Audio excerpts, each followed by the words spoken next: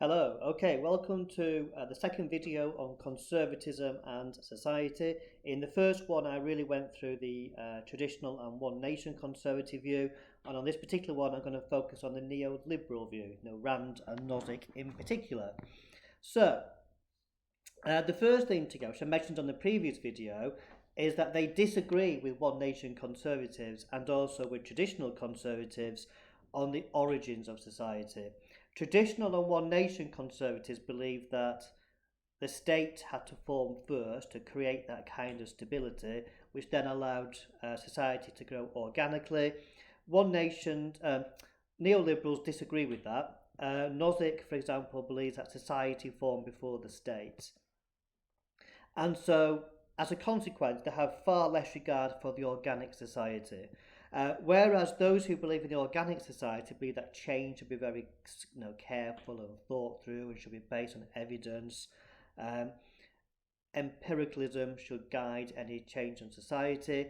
The new right, especially the neoliberal view, is that big change is needed. They argue that society will, Rand in particular argues this atomistic theory. This idea that individuals are individual, basically, we're like atoms, and society is basically very, very limited and very, very small. We just interact with other atoms, stroke people, as and when we need certain things. And we should basically be free to do whatever we please. Her idea of objectivism is all about this, isn't it? The idea that the individual has free choice, that the freedom to do whatever they like, and this should be protected at all cost. This is very much at odds with a traditional organic society. This, to create this society which Rand argues for, and to a large extent Nozick as well, it requires big change, a complete, basically ripping apart, doesn't it, of traditional society. So this is something which traditional conservatives really disagree with, because this requires a big change. Things like tradition, they see as a way of getting in the way of kind of individualism. Certain traditions prevent people from doing certain things. They don't like this idea of natural hierarchies in society, based on inheritance. So, I have this property and this power, I pass it on to my children and their children. It gets in the way of meritocracy. Again, it prevents people from being free. Certain people, certain elite, for example, be at the top of society, they might not have the best talents in society. Just because their father was very talented doesn't mean their sons are. So they're not very keen on these ideas of these traditional traditions and natural hierarchies. They're not happy with noblesse oblige, this idea that those at the top of society have some kind of role in protecting those at the bottom, some kind of, they're trying to think more of a role, more of an obligation, I suppose, look after those at the bottom of society. They don't believe this at all. Rand and Nozick are very much against this idea because basically you should write as to where your talents take you. You shouldn't need people at the top kind of looking out for those at the bottom. And of course, they're very much opposed because it led to welfare states. It led to one nation conservatives passing laws which restricts business, to protect those at the bottom, which they don't like. It also then led to them accepting the welfare state. Nozick, remember, argues that taxation is theft. He also argues that welfare creates dependency, a dependency culture, people dependent on the state, and therefore he basically says, I don't quite say they're slaves of the state, but he says they're owned by the state, which you might say is not that much different. And in terms of religion, Rand and Nozick, I'm not sure about Nozick to be fair, but Rand I do know was quite hostile to organised religion. Because again, it constrains people. Who are these people to tell us what our moral values are? I remember some of her theory goes right against kind of traditional Judeo-Christianity's view. Like selfishness is good. You don't see that in the Bible and things, do you? And in fact, when Rand died on her funeral, rather than having a cross or anything like that, she had a dollar symbol in flowers on her coffin. So she rejects this idea of religion, which again is different to the neoconservatives who tend to support religion, and neoconservatives do believe in some kind of moral order. They're very keen on traditional society, family values, and all these sorts of things, which Rand and Nozick don't. Rand and Nozick are more than happy for people to make free choice, whether that's morally or economically. So, Rand was writing in the 1970s when homosexuality was outlawed. she was very much in favour that people choose to live that lifestyle, and that's fine. If people want to get divorced, that's fine. Um, Again, very much contrary to many kind of traditional conservatives.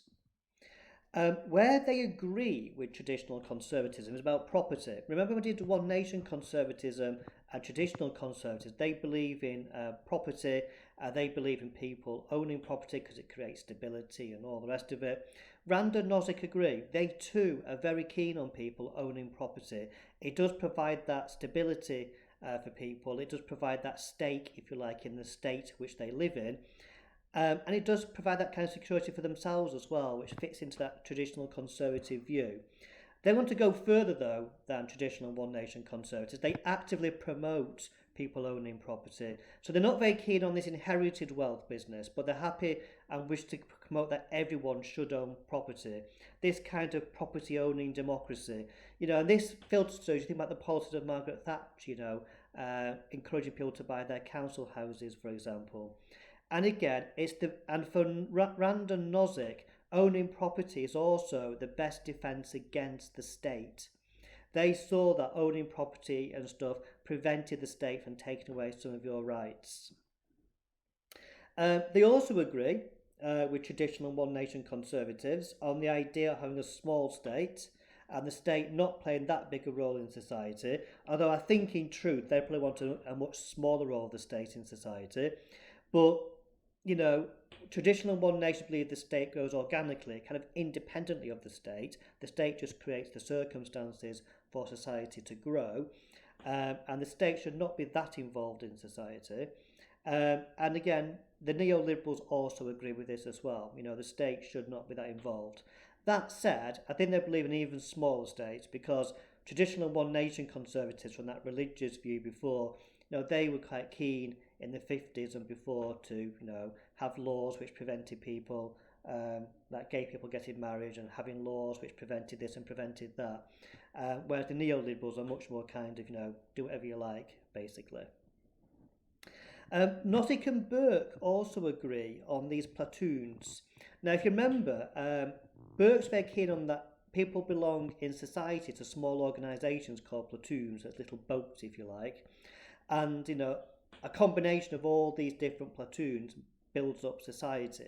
So people can be involved, like you're involved in the college, for example, that little platoon. You might be involved in another society, another organisation, and a number of them, and you choose to join these different societies and organisations because you get benefit from them, etc., etc. And they're often quite localised, aren't they, as well? Nozick agrees. He's very keen on this idea of self-sufficient communities. So there's no role of the state in them. These self-sufficient communities would emerge and they would extend your individualism. So if you have particular interest in something, could be personal interest or it could be economic interest or whatever, then you can join organisations which further kind of things you're interested in, which therefore extends your individualism. And he's very keen that there should be no regulation of them. Whereas Burke was a bit more kind of people join these communities and they're often quite hierarchical. Nozick, is very relaxed about them. He said some of them might be socialist, some of them might be immoral in some ways. It doesn't matter. The state should not be involved in any way in them. But he does recognise that people effectively join platoons. And therefore he has some recognition that people do like kind of communing and kind of sharing ideas with other people. So there is an agreement there over the platoons between Nozick and Burke. So overall then, areas of agreement on society for conservatives of all strands, I suppose, is they all agree that property is important and society does play a role in protecting property and people owning property is important. And they all agree for the same reason as well. It's about security and about a sense of belonging, I suppose. Although I suppose the new right had this added twist that it also defends people against the state. They all agree to a larger or smaller extent that the state has a small role to play in society. And again, I would contend that the new right go further on this. I believe it basically has no role to play, whereas the traditional One Nation, they do see some role of the state in society. Although they don't see a massive role, but they do see some role involved. And then, of course, you've got Burke and Nozick who agree about these little platoons as well as another area of agreement across the different strands from the New Right to the traditional and one nation conservatives. And I suppose a fourth one, which doesn't involve the neoliberals, but the neoconservatives, they do tend to agree with traditional conservatism and the idea of religion or some kind of morals being involved in society as well. But this is something which the New Right do not agree with. Disagreement, another area of agreement is that you've got lots of agreement between the One Nation and the traditionals. Okay, that's very, very similar, aren't those two groupings on society? In terms of disagreements, it's mainly between the neoliberals and everybody else. Origins of society. The New Right believe that society formed before the state. Traditional conservatives and One Nation conservatives believe the state formed first to create the conditions which then allow society to grow. The New Right are not that keen on the organic society, whereas traditional One Nations are very keen on the organic society. The One Nation and traditional conservatives are very keen on tradition, society changing slowly and evolving over time, empiricalism guiding kind of any change. The New Right are much more in favour of radical change, basing it much more on kind of theory as opposed to being done on evidence. Traditional One Nations tend to agree about hierarchies and natural hierarchies and some people being in charge, and this idea of the noblesse oblige, which again is something which the New Right disagree with. They see things being much more meritocratic. Things should be done on people's talents and merits and worth, not just because you've inherited money from a rich mummy or daddy.